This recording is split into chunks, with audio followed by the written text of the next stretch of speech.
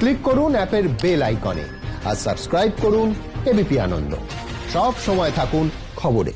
শুরুতেই আপনাদের জানাচ্ছিলাম যে কৃষি আইন বাতিলের দাবিতে সরব হয়েছে তৃণমূল কংগ্রেস। এর আগে মুখ্যমন্ত্রী মমতা বন্দ্যোপাধ্যায় তিনি ফোনে কৃষক নেতাদের সঙ্গে কথাও বলেছেন একদিকে, অন্যদিকে সাংসদ ডেরেক ওব্রায়েনকে কৃষকদের কাছে পাঠিয়েছেন মুখ্যমন্ত্রী। তৃণমূলের প্রতিনিধি হিসেবে তৃণমূল সাংসদ ডেরেক ওব্রায়েন আজ আন্দোলনরত কৃষক নেতাদের সঙ্গে কথা বলেছেন। এদিন কৃষকদের সমর্থনে টুইটও করেছেন মুখ্যমন্ত্রী।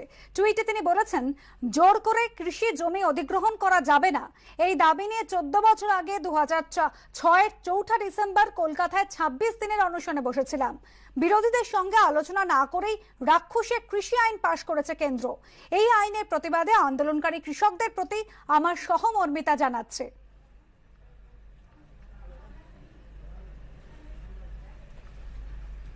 অন্যদিকে 9 দিনে পা দিল কৃষকদের দিল্লি চলো অভিযান। এরই মধ্যে 3 কৃষি আইনেই পরিবর্তনে ইঙ্গিত দিয়েছে মোদী সরকার।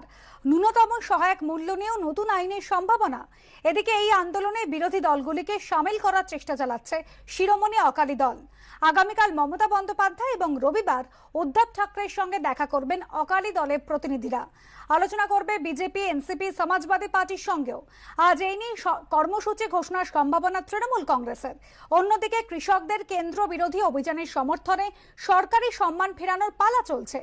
গতকাল প্রকাশ সিং বাদল পদ্মবিভূষণ ফেরানোর পর আজ পাঞ্জাবি সাহিত্য একাডেমির সম্মান ফেরালেন বিখ্যাত কবি মোহনজিৎ।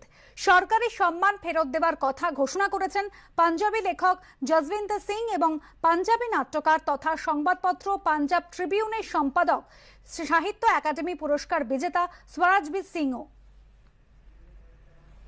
যে খবরে নজর রাখবো, দিল্লি কৃষক আন্দোলনে কৃষকদের পাশে মমতা। আন্দোলনরত কৃষক নেতাদের সঙ্গে ফোনে কথা মমতা বন্দ্যোপাধ্যায়ের। ফোনে নেতাদের সঙ্গে কথা বলেন মুখ্যমন্ত্রী মমতা বন্দ্যোপাধ্যায়। আশাবুল হোসেন আমাদের প্রতিনিধি রয়েছেন আমাদের সঙ্গে টেলিফোন লাইনে। আশাবুল, ফোনে নেতাদের সঙ্গে কথা বলেছেন, ডেরেক ওব্রায়েনকেও পাঠিয়েছেন মুখ্যমন্ত্রী। কি বলেছেন তিনি মুখ্যমন্ত্রী?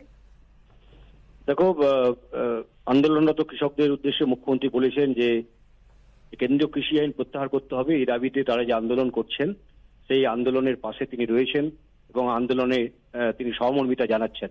এবং কৃষক সংগঠনের নেতারাও মমতা বন্দ্যোপাধ্যায়কে কৃতজ্ঞতা জানান, ধন্যবাদ জানান। এবং মমতা বন্দ্যোপাধ্যায় অতীতে সিঙ্গুর নিয়ে যেভাবে কৃষকদের পাশে দাঁড়িয়েছিলেন, আন্দোলন করেছিলেন, তারও তারিফ করেন তিনি। এবং মমতা বন্দ্যোপাধ্যায় সেই সঙ্গে জানান যে তৃণমূলও এই ইস্যুতে, একই ইস্যুতে তারা আন্দোলনে নামবে।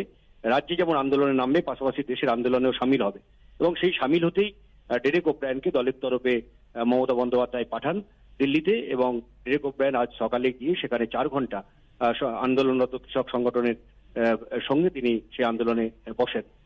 ফলে মমতা বন্দ্যোপাধ্যায়ের যেটা মমতা বন্দ্যোপাধ্যায়েরও দাবি, তুমি জানো যে টুইট করেও মমতা বন্দ্যোপাধ্যায় কালকেও জানিয়েছেন, আজকেও জানিয়েছেন যে কেন্দ্রীয় কৃষি আইন, সেই আইনটা প্রত্যাহার করতে হবে। এটাই একমাত্র দাবি এবং কৃষকদের দাবিও সেটাই।